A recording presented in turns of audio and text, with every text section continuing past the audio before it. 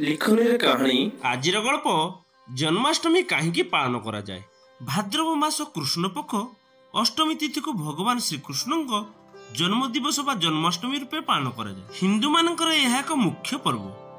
ବେଦବାଣୀ ଓ ଜ୍ୟୋତିଷ ଗଣନା ଅନୁସାରେ ଭଗବାନ ଶ୍ରୀକୃଷ୍ଣ ଦ୍ୱାପର ଯୁଗ ଶେଷ ଭାଗର ଧରାଧାମରେ ଅବତୀର୍ଣ୍ଣ ହୋଇଥିଲେ। ତାଙ୍କର ଲୀଳା ଅବଧି ଥିଲା 125 ବର୍ଷ 7 ମାସ। ଯେଉଁଦିନ କୃଷ୍ଣଙ୍କର ପରଲୋକ ହେଲା ସେହି ଦିନଠାରୁ କଳିଯୁଗ ଆରମ୍ଭ ହୋଇଛି। ଆଜକୁ 5238 ବର୍ଷ ପୂର୍ବେ ଲୀଳା ପୁରୁଷୋତ୍ତମ ଏହି ଧରାଧାମରେ ଅବତରଣ କରିଥିଲେ। ଗବେଷକଙ୍କ ମତରେ ଖ୍ରୀଷ୍ଟପୂର୍ବ 3227 ପୂର୍ଣ୍ଣମନ୍ତ ଭାଦ୍ରକୃଷ୍ଣ ଅଷ୍ଟମୀ ତିଥିରେ ତାଙ୍କର ଜନ୍ମ ହୋଇଥିଲା। ଦ୍ୱାପର ଯୁଗରେ ପ୍ରବଳ ପ୍ରତାପୀ କଂସକୁ ବଧ କରିବା ନିମନ୍ତେ ମାନବ ରୂପରେ ଭାଦ୍ରବ ମାସ କୃଷ୍ଣପକ୍ଷ ଅଷ୍ଟମୀ ତିଥିରେ ଧରାବତରଣ କରିଥିଲେ ଭଗବାନ ବିଷ୍ଣୁ। ଏହା ଥିଲା ତାଙ୍କର ଶ୍ରୀକୃଷ୍ଣ ଅବତାର।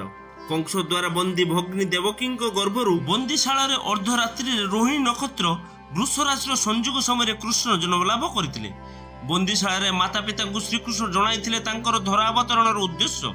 ସେ ଦୁଷ୍ଟ ଶକ୍ତିର ବିନାଶ ଓ ଧର୍ମର ପ୍ରତିଷ୍ଠା ନିମନ୍ତେ ମାନବ ରୂପେ ଧାରଣ କରିଛନ୍ତି ଏବଂ ତାଙ୍କର ମାନବ ଲୀଳା ହିଁ ପୃଥିବୀକୁ ସମସ୍ତ ପ୍ରକାର କଳୁଷ ନାଶ କରିପାରିବ। ପୃଥିବୀକୁ କଂସର ଅତ୍ୟାଚାରରୁ ମୁକ୍ତ କରିବା ନିମନ୍ତେ ବ୍ରହ୍ମାଙ୍କ ସହ ଦେବଗଣଙ୍କ ଅନୁରୋଧ ରକ୍ଷା କରି ସେ ଜନ୍ମ ନେଇଛନ୍ତି।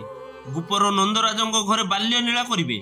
ରାକ୍ଷସ ନିପାତ ପାଇଁ ତାଙ୍କୁ ନନ୍ଦରାଜଙ୍କ ଘରେ ରହିବାକୁ ପଡ଼ିବ। ତେଣୁ ସେ ସେଠାରେ ଜନ୍ମ ନେଇଥିବା ବିଜୁଳି କନ୍ୟାକୁ ବନ୍ଦୀଶାଳାକୁ ଆଣି ତାଙ୍କ ନେଇ ଗୋପପୁରରେ ନନ୍ଦରାଜଙ୍କ ଘରେ ସମସ୍ତଙ୍କ ଅଗୋଚରରେ ଥୋଇ ଦେଇ ଆସିବାକୁ ତାଙ୍କ ପିତାଙ୍କୁ କହିଲେ।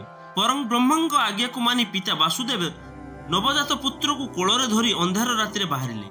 ଜଗନ୍ନାଥ ଦାସଙ୍କ ଭାଗବତରେ ବର୍ଣ୍ଣିତ କଥାମୃତ ଅନୁଯାୟୀ ବନ୍ଦୀଶାଳା ଦିବ୍ୟ ଆଲୋକରେ ଆଲୋକିତ ହୋଇଗଲା। ବାସୁଦେବଙ୍କ ଗୋଡ଼ରୁ ବେଡ଼ି ଖୋଲିଗଲା ଏବଂ ବନ୍ଦୀଶାଳା ଦ୍ୱାର ମଧ୍ୟ ଆପେ ଆପେ ଖୋଲିଗଲା। ପ୍ରବଳ ବର୍ଷା ସାଙ୍ଗକୁ ଅନ୍ଧାର ରାତିରେ ବାସୁଦେବ ପୁତ୍ରକୁ ନେଇ ଉଛୁଳି ଉଠୁଥିବା ଯମୁନା ନଦୀ ପାର ହୋଇ ଗୋପପୁରକୁ ଗଲେ। ପ୍ରଭୁ ବର୍ଷାରେ ଭିଜି ଯାଉଥିବାରୁ ବାଟରେ ନାଗରାଜ ଅନନ୍ତ ବାସୁକି ନିଜର ବିଶାଳ ଫଣା ଢାଙ୍କି ଚାଲିଲେ। ସବୁ ବାଧାବିଘ୍ନ ଅତିକ୍ରମ କରି ଶ୍ରୀକୃଷ୍ଣଙ୍କୁ ନେଇ ନନ୍ଦଘରେ ଛାଡ଼ିଥିଲେ ବାସୁଦେବ। ପ୍ରଭୁ ଶ୍ରୀକୃଷ୍ଣଙ୍କ ଏହି ପବିତ୍ର ଜନ୍ମଦିନକୁ ଜନ୍ମାଷ୍ଟମୀ ଭାବେ ପାଳନ କରାଯାଏ। ଓଡ଼ିଶାର ପୁରପଲ୍ଲୀରେ ଏହି ଉତ୍ସବ ମହାସମାରୋହରେ ପାଳନ କରାଯାଏ। ଏହି ଦିନ ଲୋକ ଉପବାସ ରଖିଥାନ୍ତି ଓ ରାତ୍ରି 12 ଘଟିକାକୁ କୃଷ୍ଣ ଜନ୍ମ ଉତ୍ସବ ପାଳନ କରିସାରି ଉପବାସ ଭାଙ୍ଗିଥାନ୍ତି। ଏହି ଦିନ ଗାଁର ଭାଗବତ ଟୁଙ୍ଗିରେ ଅଥବା କାହାରି ଘର ବା ମଠ ମନ୍ଦିର ହରିବଂଶ ପୁରାଣ ପାଠ କରାଯାଏ।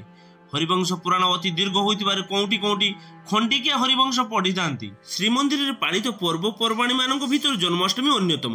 ଓଡ଼ିଶାରେ ବୈଷ୍ଣବ ମତବାଦର ବହୁଳ ପ୍ରଭାବ ରହିଥିବାରୁ ଏହି ପର୍ବ ଓଡ଼ିଆ ଜନମାନସରେ ଏକ ସ୍ୱତନ୍ତ୍ର ସ୍ଥାନ ଗ୍ରହଣ କରିଛି। ଜନ୍ମାଷ୍ଟମୀର ପରବର୍ତ୍ତୀ ଦିନ ନନ୍ଦ ଉତ୍ସବ ପାଳନ କରାଯାଏ। ନନ୍ଦରାଜା ଓ ଯଶୋଦା ରାଣୀଙ୍କର ଆନନ୍ଦକୁ ମନେ ପକାଇବା ପାଇଁ ଏହି ଦିନ ଲୋକ ଗାୟନ କୀର୍ତ୍ତନ କରିଥାନ୍ତି ଓ ନିଜର ଉପବାସ ଭାଙ୍ଗି ବଡ଼ି ସକାଳୁ ମିଷ୍ଟାନ୍ନ ଆଦାନ ପ୍ରଦାନ କରିଥାନ୍ତି ଓ ସେବନ କରିଥାନ୍ତି। ଦର୍ଶକ ବନ୍ଧୁ, କ୍ଷୁଦ୍ର ଗଳ୍ପ ସାହାଯ୍ୟରେ ଆପଣମାନଙ୍କୁ ଏଣ୍ଟରଟେନମେଣ୍ଟ କରିବା ଏହା ମୋର ଛୋଟିଆ ପ୍ରୟାସ। ଯଦି କୌଣସି ଉଚ୍ଚାରଣରେ ଭୁଲ ଥାଏ ତାହେଲେ ମୋତେ କ୍ଷମା କରିଦେବେ। ଲେଖନୀରେ କାହାଣୀ ଗଳ୍ପଟି ଆପଣମାନଙ୍କୁ ଭଲ ଲାଗିଥିଲେ ଭିଡ଼ିଓଟିକୁ ଲାଇକ୍ କରିଦିଅନ୍ତୁ, ସେୟାର କରିଦିଅନ୍ତୁ ଏବଂ ଗଳ୍ପଟି ଭଲ ଲାଗିଥିଲେ କିମ୍ବା ଖରାପ ଲାଗିଥିଲେ ଆପଣମାନେ କମେଣ୍ଟ ଦ୍ୱାରା ଆମକୁ ଜଣାନ୍ତୁ। ଆପଣମାନଙ୍କର କମେଣ୍ଟ ଆମ ପାଇଁ ବହୁତ ଗୁରୁତ୍ୱପୂର୍ଣ୍ଣ।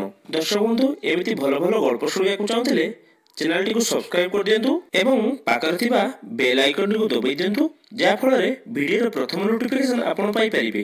ଦର୍ଶକ ବନ୍ଧୁ, ପୁଣି ଆଉ ଥରେ ଦେଖା ହେବ ଲେଖନୀର କାହାଣୀରେ ଆଉ ଗୋଟେ ଅଧ୍ୟାୟରେ। ସେ ପର୍ଯ୍ୟନ୍ତ ରହୁଛି, ନମସ୍କାର।